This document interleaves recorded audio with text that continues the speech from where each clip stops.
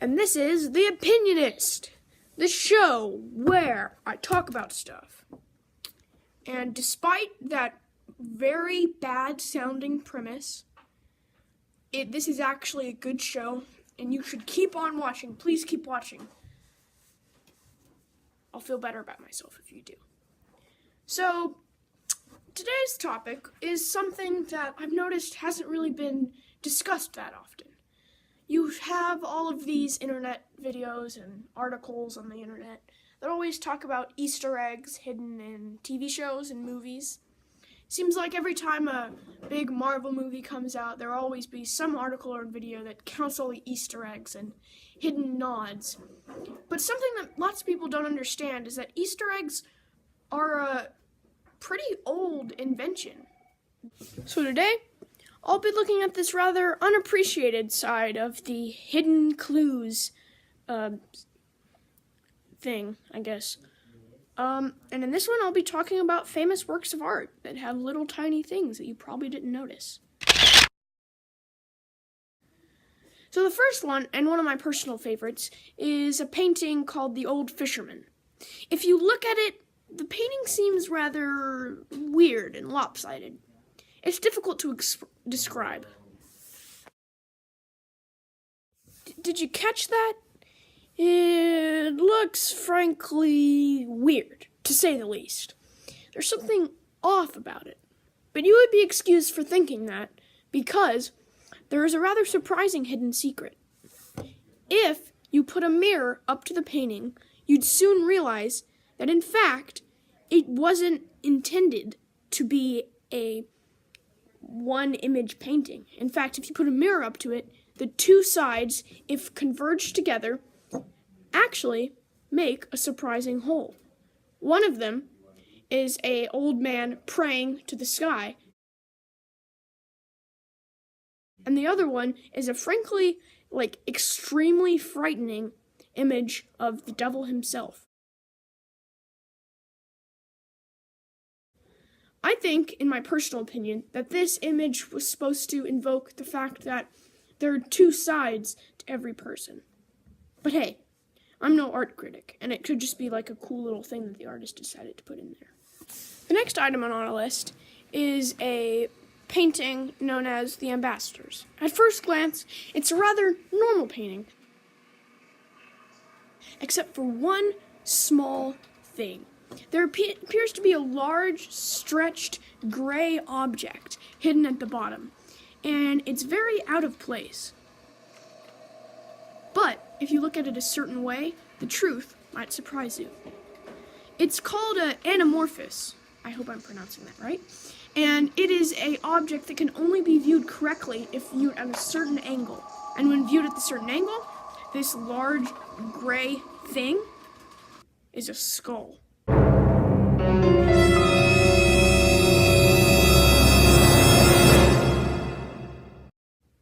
It's unknown why this item was put in the painting, but there are several theories. I prefer to think it's because the ambassadors in the painting just loved listening to emo music, the kind that Zach listens to, and just really, really liked death metal and stuff. So they decided to just include a random skull in there. And for our next one, I'd like to talk a little bit about Renaissance man and all-around genius, Leonardo da Vinci. I think we've all been called a Renaissance man at one time or another. I've been called this many times due to my encyclopedic knowledge of pop culture. Did you hear about that new Bulgarian guy that played in the It movie? No! He was Swedish! Vishnu! Get it right! Don't you forget it! My amazing garden trimming skills. This appears to be quite an interesting plant.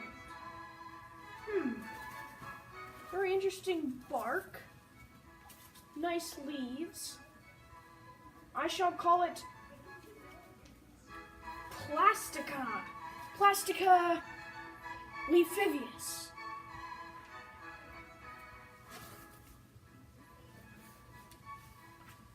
It says made in China. And my great sense of humor. You call a cow with no legs. Your mom. No, it's ground. But despite my Renaissance manliness, I'm nothing compared to Leonardo da Vinci. The man was a straight legend, and one of his most famous paintings, along with the Mona Lisa, was The Last Supper, which was, as you probably know, a painting that represented a scene in the Bible. So there's nothing really off about it, so what could it be? Well, the answer lies in the bread. So, really, the idea behind this is that all of the pieces of bread and food on the table, as well as the heads of the disciples, seem to somehow form a musical composition, like notes on a scale. While at first this might seem just like a silly coincidence, it's too obvious not to be true. I mean, it's clear that Leonardo da Vinci did play music. He was a prolific musician in addition to being a painter. So, it seems interesting that he would include a song in one of his most famous paintings. But what exactly is this song? I'll play a clip for you.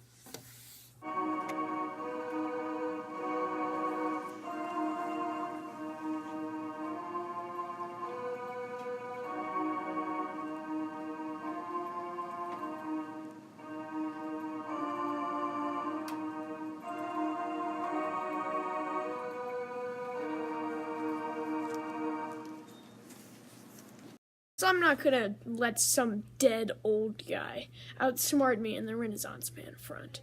So, somewhere in this episode, it's right there.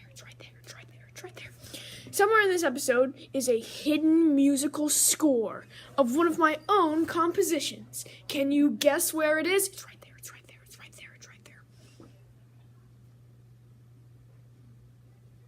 I don't like waiting, so I'm just gonna tell you. It is a song I like to call Dark Night Sky, when the stars come up like mayonnaise dripping from a canvas. It's a beautiful song.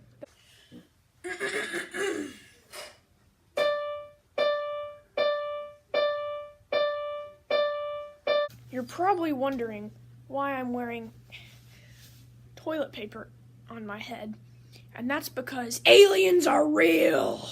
Now, don't go running away. Don't go running away, because I'm totally sane, but I am also right. I'm completely telling the truth. Aliens are real. And there's one hidden in a famous painting that's supposed to show biblical times. I'm not kidding. Please take me seriously. Please take me seriously. Ah, dang it. This is not a joke, it's real. Aliens are real.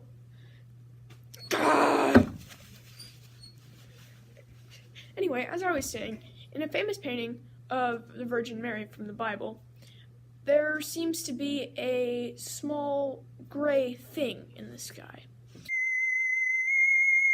And it certainly doesn't look like a cloud, but you know what it does look like? An alien! An alien! Just show a picture.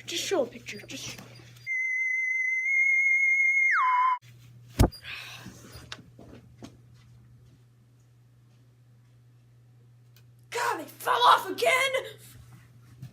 The next item on this list is a bit more recent, but nonetheless very fascinating. In the 1940s, 50s, 60s, and the ancient times of the 1900s, there was a caricature artist named Al Hirschfeld. He was probably the most famous caricature artist of all time, and I'm really attracted to his art style. It's interesting, it's clean, it's funny. But one thing that is not very noticeable is the fact that he hid the name of his daughter in every single caricature he did, or at least most of them. His daughter's name, Nina, popped up in most of his caricatures, and if you look very closely, you can in fact see it. In fact, during one of the wars, soldiers actually trained their eyes by searching for the hidden Nina in Hirschfeld's drawings. So, That's pretty interesting. In fact, I am better at doing that because I hid my own name somewhere in the scenery. It's right there. Can you see it? It's right there. I'm so clever. I'm so clever. Love me. Accept me. I'm smart. I'm smart. I'm smart. Accept me. Let's go interview people now. Okay, so this is a painting, and I want... Why don't you show? Yes, I'm sure our audience, you've probably seen this painting before because I just talked about it. Whoa. And there's something hidden in this painting. It's a UFO. Really? Yeah, I know it's a UFO because he Googled Virgin Mary UFO painting. Okay, so I think it's a UFO. Wow. And also I've seen this before. This is incredible. Hi, Keyshaw.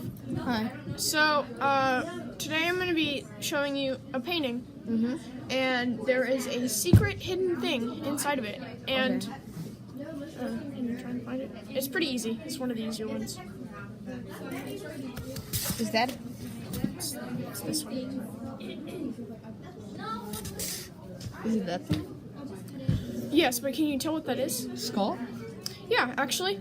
So the story behind this painting is that you could, but it's kind of obvious that it's a skull, but it actually looks like a full skull if you look at it a certain way.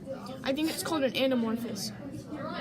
So, like, it's one of those things, like, at first it just looks kind of like a weird stretch skull, but then from a certain angle, like, if you look at it from this side, it looks like a full skull. A painting. And there is something hidden and mysterious about it. It's not very obvious by looking at it. Is it that big? No. So it's kind of hard to tell. But the secret behind this painting, do you notice how it's kind of sideways like this? But it's a painting in halves, right? It almost looks like it. Yeah, kind of. But actually, if you mirror it, one of the sides looks like this. It's like an old man praying.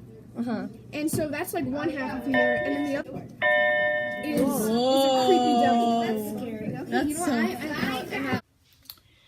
And that is the end of our video.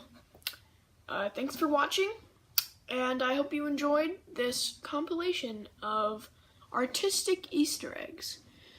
If you're watching this on Canyon Echoes, be sure to check out more articles by moi. And if you're watching this on YouTube, make sure to subscribe. Have you subscribed yet? Have you subscribed yet? If you just subscribed, then congratulations, the video is over and you should have no reason to continue watching. If you haven't subscribed yet, well, I might have to play you another one of my songs. You asked for this, guys. I call this studying bluegrass.